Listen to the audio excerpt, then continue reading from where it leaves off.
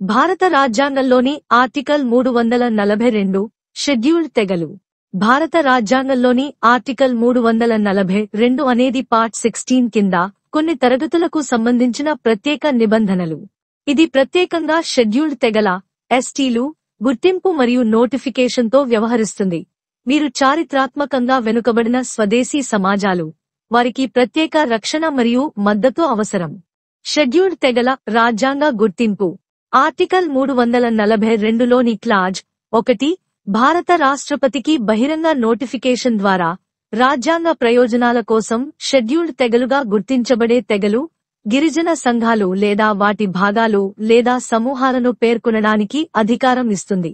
ఏదైనా రాష్ట్రం లేదా కేంద్రపాలిత ప్రాంతానికి సంబంధించి మరియు రాష్ట్రాల విషయంలో ఆ రాష్ట్ర గవర్నర్తో సంప్రదించిన తర్వాత ఇది చేయవచ్చు. ఏదైనా తెగను చేర్చడం స్థానిక స్థాయిలో సామాజిక సాంస్కృతిక వాస్తవాల ద్వారా తెలియజేయబడిందని సంప్రదింపులు నిర్ధారిస్తాయి. షెడ్యూల్డ్ తెగల గుర్తింపు దేశవ్యాప్తంగా ఏకరీతిగా ఉండదు.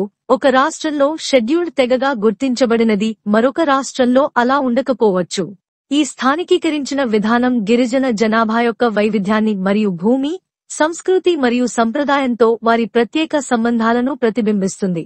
జాబితాను సవరించడానికి పార్లమెంటుకు ఉన్న అధికారం.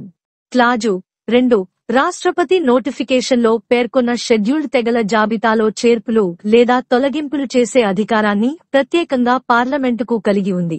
చట్టం ద్వారా పార్లమెంట్ ఏదైనా తెగ లేదా గిరిజన సమూహాన్ని జాబితా నుండి చేర్చవచ్చు లేదా మినహాయించవచ్చు.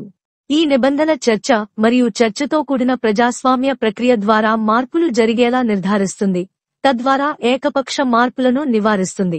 ముఖ్యంగా క్లాజు 1 కింద అధ్యక్షుడు నోటిఫికేషన్ జారీ చేసిన తర్వాత ఆ నోటిఫికేషన్ను పార్లమెంటు చట్టం ద్వారా తప్ప మార్చలేమని ఈ నిబంధన నిర్దేశిస్తుంది.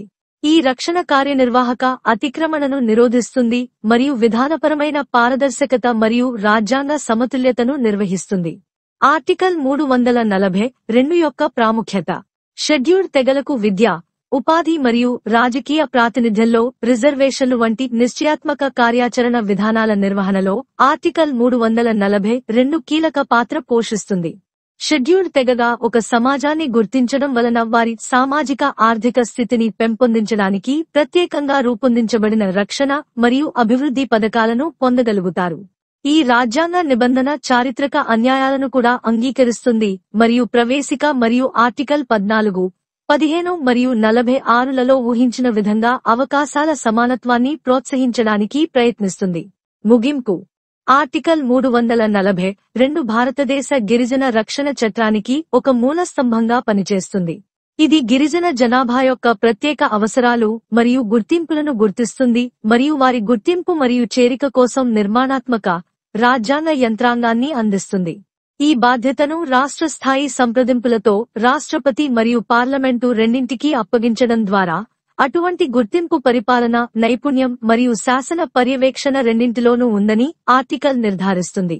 ఈ సమతుల్య విధానం షెడ్యూల్డ్ తెగల హక్కులను పరిరక్షిస్తుంది మరియు భారత ప్రజాస్వామ్య చట్రంలో వారి అభివృద్ధికి మద్దతు ఇస్తుంది.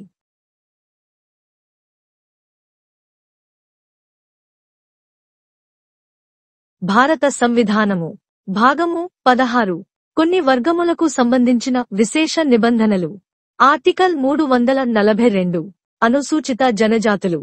1 ఏదేని రాజ్యమును లేక సంఘరాజ్య క్షేత్రమును గూర్చి మరియు అది ఒక రాజ్యమైనచో దాని గవర్నరుతో సంప్రదించిన మీదట రాష్ట్రపతి ఆ రాజ్యమునకు లేక సందర్భానుసారముగా సంఘ రాజ్యక్షేత్రమునకు సంబంధించి ఈ సంవిధానము నిమిత్తము అనుసూచిత జనజాతులుగా భావింపబడవలసిన జనజాతులను లేక జనజాతుల సమాజములను లేక ఆ జనజాతుల లేక జనజాతి సమాజముల భాగములను లేక అందలి సముదాయములను బహిరంగ అధిసూచన ద్వారా నిర్దిష్టపరచవచ్చును.